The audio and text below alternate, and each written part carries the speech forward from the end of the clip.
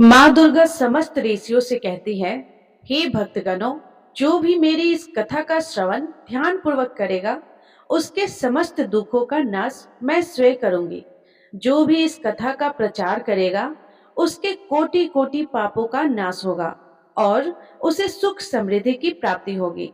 जय माता दी। प्रिय श्रोताओं, वैदिक पंचांग के अनुसार शारदीय नवरात्रि की शुरुआत 22 सितंबर से हो रही है। यह पर्व जगत जननी आदि शक्ति माँ दुर्गा के लिए समर्पित है। इस दौरान माँ दुर्गा के 9 रूपों की पूजा की जाती है। साथ ही माँ दुर्गा के नियमित व्रत भी रखा जाता है। यदि कोई महापाप भी यह नवरात्रि का व्रत करता है, तो वह निश्चित ही समस्त पापों से मुक्ति पा लेता है। इसमें संशय नहीं है। प्रिय श्रोताओं, देवी भगवान पुराण में नवरात्रि से जुड़ी महान व्रत कथा का वर्णन मिलता है। जो भी इस कथा को केवल एक बार ध्यान पूर्वक सुनता है, उसके कोटि कोटि पाप नष्ट होते हैं। माता रानी की कृपा से उसे धन, धान्य, पुत्र, सुख, समृद्धि की प्राप्ति होती है। इसलिए प्रत्येक बुद्धिमान मनुष्य को नवरात्रि के व्रत की इस कथा को ध्यान पूर्वक सुनना चाहिए। जो इस कथा को सुनता है और सुनाता है तथा इस कथा का प्रचार करता है, उसकी कभी अधोगति नहीं होती है। आइए आपको सुनाते हैं नवरात्रि व्रत की महान कथा। एक समय की बात है, भगवान शिव कैलाश पर्वत पर ध्यान मग्न होकर बैठे हुए थे। तभी देवर्षि नारद अपने हाथ में वीणा लेकर कैलाश पर्वत पर उपस्थित होते हैं। देवर्षि को देखकर महादेव अत्यंत प्रसन्न होते हैं और उनसे कहते हैं, पधारिए देवर्षि, आज किस प्रयोजन से कैलाश पर आपका आगमन हुआ है। देवर्षि कहते हैं, हे महादेव, यदि आप पूछ रहे हैं तो बताने की चेष्टा करता हूँ। हे प्रभु, मैं आपके पास नवरात्रि के व्रत का महात्म सुनने के लिए उद्देश्य से आया हूँ। यह व्रत क्यों रखा जाता है? इस व्रत को करने से कौन सा फल प्राप्त होता है? इस व्रत की विधि क्या है तथा इस व्रत के नियम क्या है? कृपया आप मुझे इस सब बातों का ज्ञान प्रदान कीजिए। महादेव कहते हैं, हे देवर्षि, आज आपने उत्तम प्रश्न किया है। आपके माध्यम से समस्त संसार को इस व्रत का महात्म पता चलेगा। इसलिए आप ध्यान से सुनिए। आज मैं आपको इस व्रत का महात्म सुनाता हूँ तथा इस व्रत को करने की विधि और नियम भी बताता हूँ। किंतु उससे पहले मैं आपको नवरात्रि के व्रत की एक महान कथा सुनाता हूँ। जो भी मनुष्य इस कथा का श्रवण करता है, उसके समस्त पापों का नाश होता है, उसकी दरिद्रता का भी नाश होता है। इसलिए आप इस कथा को ध्यान से पूरा सुनिए और इसका प्रचार कीजिए। देवर्षि कहते हैं, हे प्रभु, कृपया आप मुझसे वह कथा कहिए। मैं इसे ध्यान से पूरा सुनूंगा और इसका प्रचार करूंगा। तब भगवान शिव देवर्षि नारद को कथा सुनाने लगते हैं। हे देवर्षि, पूर्व काल की बात है। कौशल देश में एक अत्यंत दीन दरिद्री, धनहीन एवं विशाल कुटुंब वाला सुशील नाम का एक वैश्य रहता था। उस वैश्य की अनेक संतानें थी, जो कोई काम नहीं करती थी और धन के अभाव से वह हमेशा दुखी रहा करता था। उनके पास काम करने के लिए भी कोई उद्योग नहीं था। रात्रि में जो कुछ भी खाने को मिल जाता, वह वैश्य उसे अपनी संतानों को खिला देता था और जो कुछ भी बच जाता, उसी से अपना पेट भर लेता था। पूरा परिवार दिन भर भूखा रहता था और केवल रात्रि को ही कुछ थोड़ा सा अन्न खा लिया करता था। इस प्रकार से वह वैश्य स्वयं भूखा रहकर दूसरों का काम करके अपने परिवार का पालन पोषण कर रहा था। वह वैश्य स्वभाव से अत्यंत निर्मल और सज्जन था। वह धर्मपरायण, शांत, सदाचारी, सत्यवादी, क्रोध न करने वाला, धैर्यवान और अभिमान रहित था। वह प्रतिदिन देवताओं और पितरों का पूजन करता था। अपने द्वार पर आए हुए अतिथियों की पूजा किया करता था और सभी को भोजन कराने के बाद जो कुछ भी बच जाता, उसी से अपना गुजारा चला लिया करता था। कुछ समय बीतने के बाद एक विद्वान ब्राह्मण उस सुशील नाम के वैश्य के घर आया। सुशील ने ब्राह्मण को दान देकर उनका स्वागत सत्कार किया तथा उन्हें हाथ जोड़कर प्रणाम करके अत्यंत व्याकुल होकर उस ब्राह्मण से इस प्रकार से कहने लगा, हे ब्राह्मण देवता, यदि आप हमारे अतिथि धर्म से प्रसन्न हैं, तो क्या हम आपसे कुछ पूछ सकते हैं? वह ब्राह्मण कहने लगता है, हे महात्मा, आपकी चर्चा तो चारों तरफ है कि आप एक महान दानी हैं। आप अतिथियों का स्वागत प्रेम से करते हैं। इसी कारण से मैं आपके पास आया हूँ। कृपया आप संकोच ना करते हुए आपकी जो भी शंका हो पूछ लीजिए। तब वह वैसे कहता है, हे ब्राह्मण देवता, कृपया करके आप मुझे बताइए कि मेरी दरिद्रता का नाश निश्चित रूप से कैसे हो सकता है। इस दरिद्रता के कारण मैं अपने परिवार का पालन पोषण नहीं कर पा रहा हूँ। हे ब्राह्मण देवता, मुझे धन की अभिलाषा नहीं है, किंतु मैं आपसे कोई ऐसा उपाय पूछ रहा हूँ जिससे मैं अपने अपने कुटुंब का पालन पोषण करने के लिए समर्थ हो जाऊं। मेरे पुत्र पुत्रियां भूख से पीड़ित होकर भोजन के लिए बहुत रोते हैं और मेरे घर में इतना भी अन्न नहीं रहता कि मैं उन्हें मुट्ठी भर अन्न दे सकूं। उनका दुख मुझसे देखा नहीं जाता। आज मैंने अपने रोते हुए बालकों को घर से निकाल दिया है और वे कहीं चले गए हैं। इसलिए मेरा हृदय शोका अग्नि में जल रहा है। धन के अभाव में मैं क्या करूं? मेरी पुत्री भी विवाह के योग्य हो गई है, किंतु उसका विवाह करने के लिए मेरे पास कुछ भी नहीं है। कन्यादान का समय भी बीता जा रहा है। हे विपद, इसी कारण से मैं चिंतित हूँ। हे दयानिधान, आप तो विद्वान हैं। आप अवश्य ही मुझे कोई ऐसा तप मंत्र व्रत तथा उपाय बताइए जिससे मैं अपने परिवार का पालन पोषण करने में समर्थ हो जाऊं। हे महाभाग्य, हो सकता है कृपया आप अपने ज्ञान के बल से विचार करके मुझे कोई उपाय बताइए। इस प्रकार से उस वैश्य के द्वारा याचना करने पर उस ब्राह्मण ने बड़ी ही प्रसन्नता पूर्वक उस वैश्य से कहा, हे वैश्य, मैं तुम्हारे दुख का कारण समझ चुका हूँ। तुम चिंता मत करो, मैं तुम्हें अवश्य ही उपाय बताता हूँ। तुम अब नवरात्रि के व्रत का अनुष्ठान करो। इसमें तुम भागवती की पूजा हवन करो, देवी के मंत्रों का उच्चारण करो। इससे तुम्हारे सभी कार्य सिद्ध हो जाएंगे, तुम्हारी दरिद्रता नष्ट हो जाएगी। हे वैश्य, नवरात्र नामक इस पवित्र तथा सुखदायक व्रत से बढ़कर इस पृथ्वी पर अन्य कोई व्रत नहीं है। यह व्रत सदा ज्ञान और मोक्ष देने वाला है, सुख तथा संतान की वृद्धि करने वाला है एवं शत्रुओं का पूर्ण रूप से विनाश करने वाला है। वनवास गमन के दौरान देवी सीता के वियोग में अत्यंत दुखी होकर श्री राम ने किसिंकिता पर्वत पर इस व्रत को किया था। इसी व्रत के प्रभाव से उन्होंने महासागर पर सेतु की रचना करके रावण और उसके पुत्रों का संहार किया था और सीता को प्राप्त किया था। महादेव कहते हैं, हे देवर्षि, इस प्रकार से ब्राह्मण ने नवरात्र के व्रत का महत्व उस वैश्य को सुना दिया, जिसे सुनकर वह वैश्य बहुत प्रसन्न हुआ और उसने उस ब्राह्मण को अपना गुरु मान लिया और उनसे देवी के मंत्र की दीक्षा ली। तत्पश्चात उस वैश्य ने अत्यंत भक्ति पूर्वक नवरात्रि में उस मंत्र का जाप किया और अनेक विधि तथा उपायों से भगवती का पूजन किया। इस प्रकार से उस वैश्य ने 9 वर्षों तक नवरात्रि के व्रत का अनुष्ठान किया। फिर 9वें वर्ष के अंत में अष्टमी तिथि को अर्धरात्रि आने पर साक्षात महेश्वरी ने उस वैश्य को दर्शन दिए और कहा, हे पुत्र, मैं तुम्हारी भक्ति और पूजा से अत्यंत प्रसन्न हूँ। तुम्हें जिस भी वर की कामना है संकोच होकर मांग लो। तुम्हें जो चाहिए वह मैं तुम्हें प्रदान करूंगी। साक्षात माँ दुर्गा को अपने सामने खड़ा हुआ देखकर उस वैश्य का अंग अंग कांपने लगा। उसकी आंखों से आंसू झलकने लगे। माँ दुर्गा के उस अद्भुत दिव्य स्वरूप को देखकर वह वैश्य हर्ष से उत्साहित होने लगा। फिर उस वैश्य ने माता को प्रणाम करके कहने लगा, हे माँ, मैं आपके दर्शन करके ही धन्य हो गया। माता, आपके दर्शन अत्यंत दुर्लभ है। आप तो सचमुच त्रिलोक सुंदरी, सर्वशक्तिमान, समस्त संसार की जननी है। मुझे जैसे साधारण भक्त को आपने दर्शन देकर बड़ा उपकार किया है। हे माँ, अब मेरे मन में कोई कामना नहीं है। आपके दर्शन से ही मेरे सारे दुख मिट गए हैं। माँ, केवल मुझ पर इतनी कृपा कीजिए कि मेरे पुत्र पुत्रियों को पर्याप्त भोजन प्राप्त हो सके, जिससे उन्हें नित्य भूखा न रहना पड़े।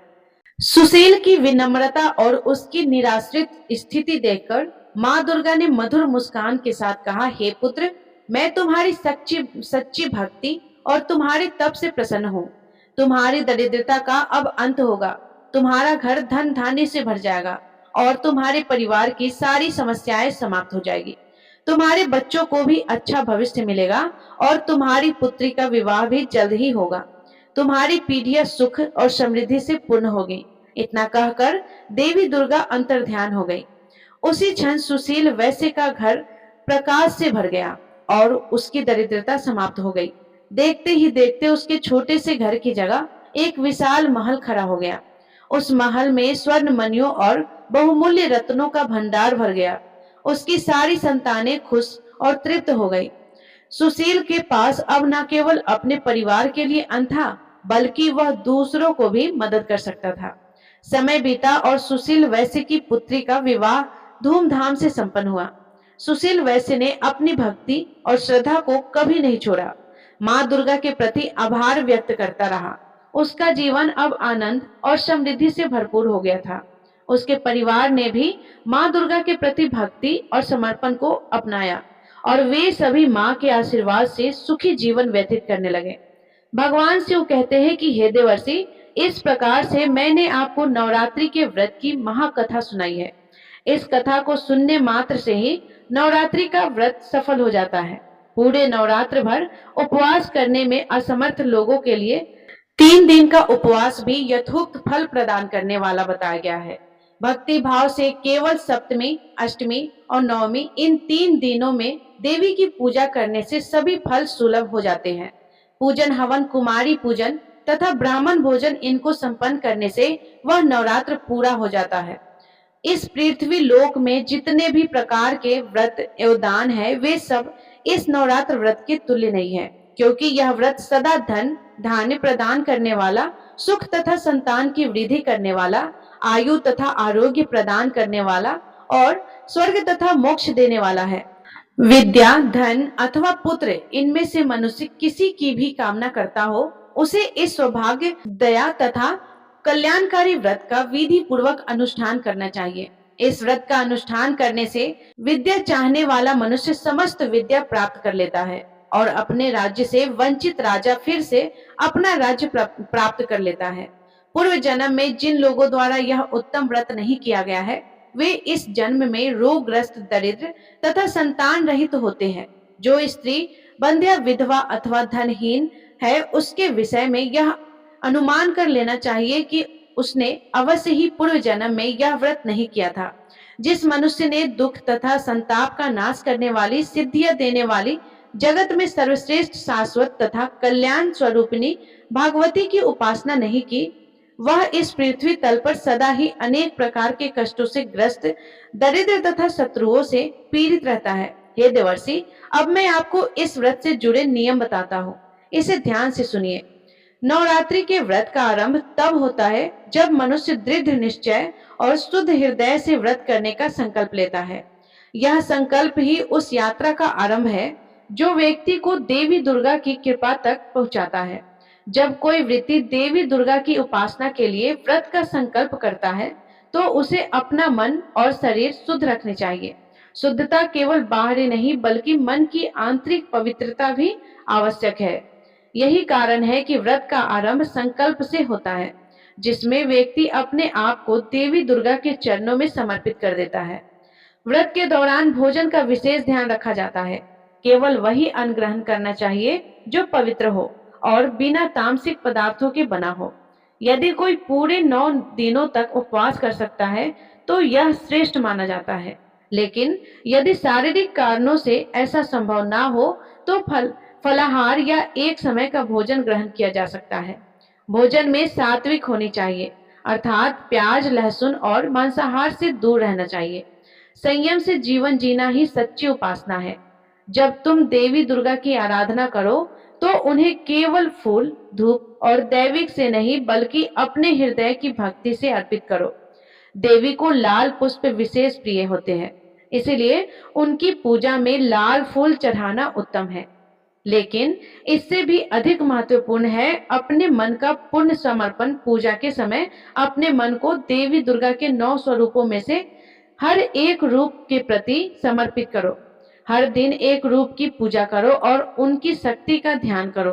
पूजा के साथ साथ उनकी महिमा का गान करना, उनकी कहानियों को सुनना और सुनाना भी अत्यंत शुभ माना जाता है। व्रत के इन दिनों में क्रोध, लोभ, मोह और द्वेष से दूर रहना चाहिए। यह समय है आत्मनियंत्रण और साधना का। अपने मन में सत्य, अहिंसा और संयम के नियमों का पालन करो। इस दौरान अपने शब्दों और कर्मों से किसी का दिल न दुखाओ। यह व्रत केवल शरीर को कष्ट देने का नहीं, बल्कि आत्मा को शुद्ध करने का समय है। जितना अधिक तुम अपने मन और हृदय को पवित्र रखोगे, उतनी ही देवी दुर्गा की कृपा तुम पर बरसेगी। हे नारद, ध्यान भी इस व्रत का एक अभिन्न अंग है। देवी के मंत्रों का जाप करो और उनके स्वरूप का ध्यान करो। जब तुम ओम दुर्गाय नमः मंत्र का जाप करोगे, तो वह शक्ति और साहस को उत्पन्न करेगा। ध्यान में बैठकर देवी के दिव्य रूप का चिंतन करो, उनकी महिमा को स्मरण करो, जिससे तुम्हारे भीतर की नकारात्मकता दूर हो जाएगी और शांति का अनुभव होगा। जब नवरात्रि के अंतिम दिन आते हैं, तो देवी की कृपा को पाने के लिए कन्याओं का पूजन करना अत्यंत महत्वपूर्ण है। कन्याएं देवी का ही रूप मानी जाती है, इसलिए 9 कन्याओं को आमंत्रित करके उनकी सेवा करो, उन्हें भोजन कराओ, उनके पैर धोकर आशीर्वाद लो। यह पूजन तुम्हारी साधना को पूर्णता की ओर ले जाएगी। और हाँ, इस व्रत के दौरान तामसिक आहार से दूर रहना आवश्यक है। मांस, मंदिरा और तामसिक वस्त्रों से दूरी बनाकर रखनी चाहिए। वृत्ति को एकदम सात्विक जीवन जीना चाहिए, जिससे उसकी साधना में कोई विघ्न ना हो। यह 9 दिन केवल तपस्या के दिन नहीं है, यह आत्मिक जागरण के दिन है। भगवान शिव ने नारद को नवरात्रि के व्रत का महत्व समझाते हुए कहा, यह व्रत केवल सांसारिक इच्छाओं की पूर्ति के लिए नहीं, बल्कि आत्मा की उन्नति के लिए है। जो श्रद्धा और भक्ति से इस व्रत का पालन करता है, वह देवी दुर्गा की कृपा से सारे कष्टों को से मुक्त हो जाता है और उसकी सभी इच्छाएं पूर्ण होती है।